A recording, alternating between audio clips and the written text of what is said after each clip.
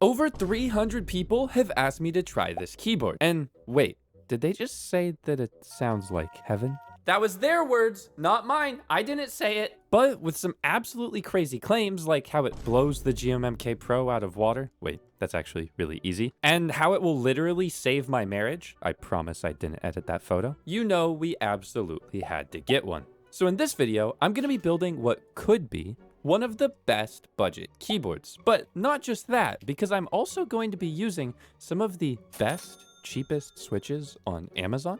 Huh? Now, if you have no idea why I'm so excited about keyboards, then howdy hey, I'm Hipyo Tech and I try things so you don't have to. And in my quest to find the best budget keyboards so that everyone can have a custom keyboard, the Leobog Hi75 could just be one of them. I mean, is this heaven or hell? You tell me.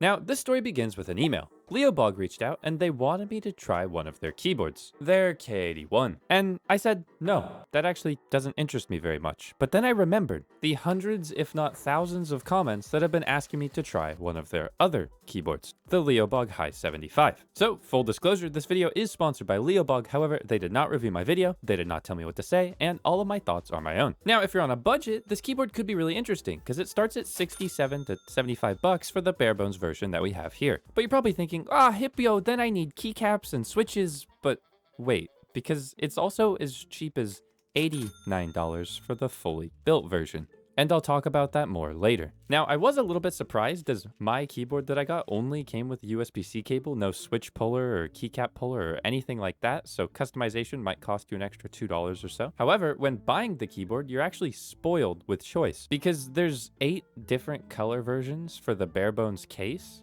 and then like 3 to 5 more for the built versions, but there are some problems that we're gonna have to talk about later. But starting off with what's good, this is a 75% keyboard, so you keep your arrow keys and your F row. However, as you might have noticed, there is no numpad. I'm sorry, numpad gang, as loud as you are, apparently nobody buys them. Also, spoiler alert, my keyboard came with 2 switches installed, so that's kind of cringe. Why are they giving away the good part? Or maybe I did that and completely forgot, because I remember I tested this. I don't know, the keyboard arrived in January. Now, as far as the actual construction goes, you're looking at full aluminum. Although that can mean a lot of things, like this could be a cheaper aluminum or a more premium aluminum.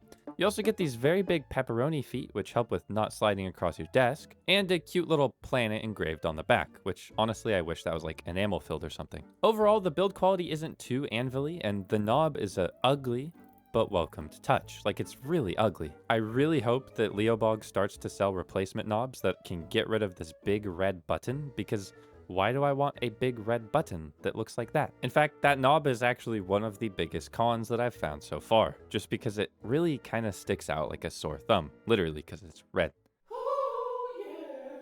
However, one thing that is amazing is these Leobog switches. Now, this keyboard comes with 4 different switch options: a tactile, a Nimbus linear, a clicky, and these Greywood linears. Now, the reason why I wanted to try these is because they actually matter even if you don't have this keyboard. Because you can get these bad boys for 25 bucks on Amazon, and that's for 100 of them. Now, at first glance, these might look like a basic box linear switch with a 40 gram actuation and a 53 gram bottom out, but what you wouldn't expect for a switch this cheap is that they've actually been factory lubed, and quite decently, I might add. Now, the previous version of this switch wasn't that great, but the V3 is actually really good, and apparently there's a V4, but I have not tried that yet. With so many switches out there, it's really easy to get super overwhelmed, so having a switch that's this affordable and on Amazon, so you can buy it, try it, and return it if you don't like it, is a really nice thing. But going back to the keyboard, there are some things that aren't too hot. For example, unlike some of its competition, like the Any 75, it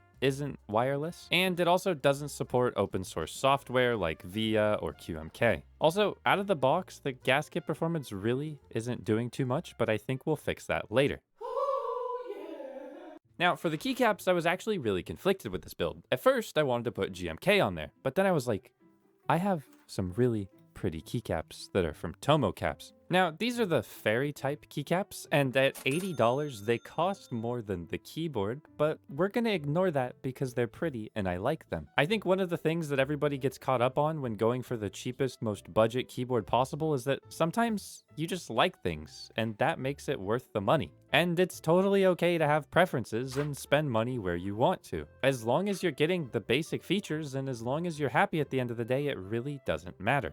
Also, please ignore the F3. It's gonna get worse. Now, if you're someone that's trying to extract the most amount of budget out of your keyboard build, then obviously nowadays going with a pre-built keyboard is best, and then buy new parts as you get the budget. Unlike PC building, where sometimes you can actually save money by building everything yourself, with keyboards you almost always pay for the luxury of choice. Speaking of choice, you're probably wondering, would I choose this keyboard over some of its competition? You have boards like the Sea-Doo V75, the Monsgeek M1, the Rainy 75, the Wilmir SK71, the Epomaker TH80. All of those are keyboards that might offer more in one spot, but offer less in another spot, be it price or a software feature or maybe aesthetics. So I really cannot tell you which one will be for you. However, what I will do is show you two different options for this keyboard. Yeah, that's right, baby. We're gonna be removing the foam.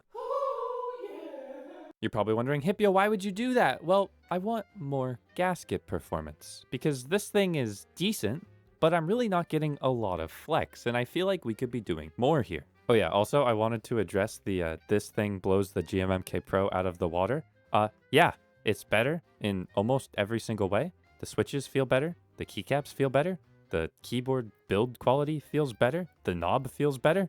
I mean, and the price is way, way cheaper. And you're probably saying, oh, Hipyo, you're only saying that because Leobog sponsored you. And no, ultimately, at the end of the day, I make most of my money from affiliate links because I'm biased and I want you to build a keyboard. And just like the Leobog keyboard, I have affiliate links for the GMMK Pro keyboards. In fact, because they're more expensive, I would probably make more. But at the end of the day, I don't really care. You can buy whatever keyboard you want, but please just do your research. Anyways, that's a rant that probably only 20 of you listen to, but I kind of just need that to be said sometimes. But as I mentioned before, the Leobog is not perfect, and some of the signs of that start to show as you start to take the board apart. And one of the biggest red flags for this keyboard is actually the screws that they decided to build it with. Because I really like taking my keyboards apart and fiddling with them, and these screws strip incredibly easily. Like, I was really careful with my Linus Tech Tip screwdriver, and I stripped 2 of them just taking it apart. The reason I point this out is because this just doesn't happen with some of the other keyboards that I've tried.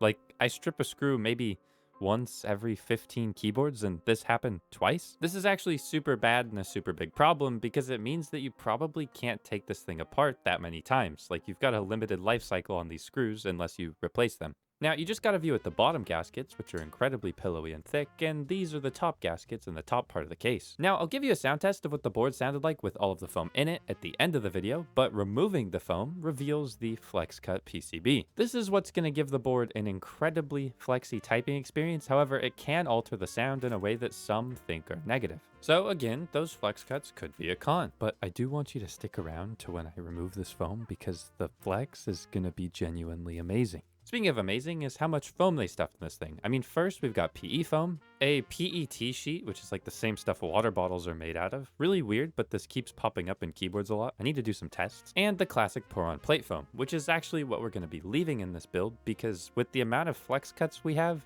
I actually don't think you could really build this thing without it. Or you could, but it would be really annoying and I'm not gonna do that. Also, I'll be putting this plastic sheet on the bottom of the case so it doesn't short out because of how much flex it's gonna have. This is actually really necessary. And so far I am, whoa.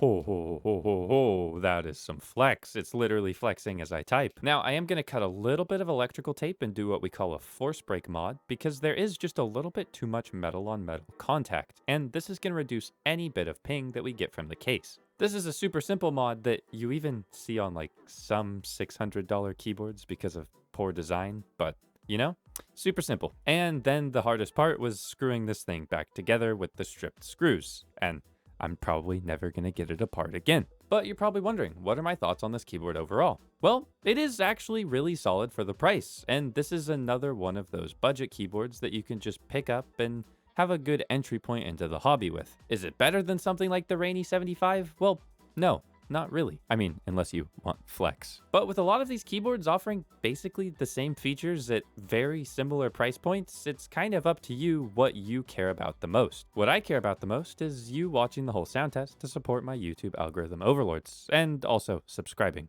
Thanks.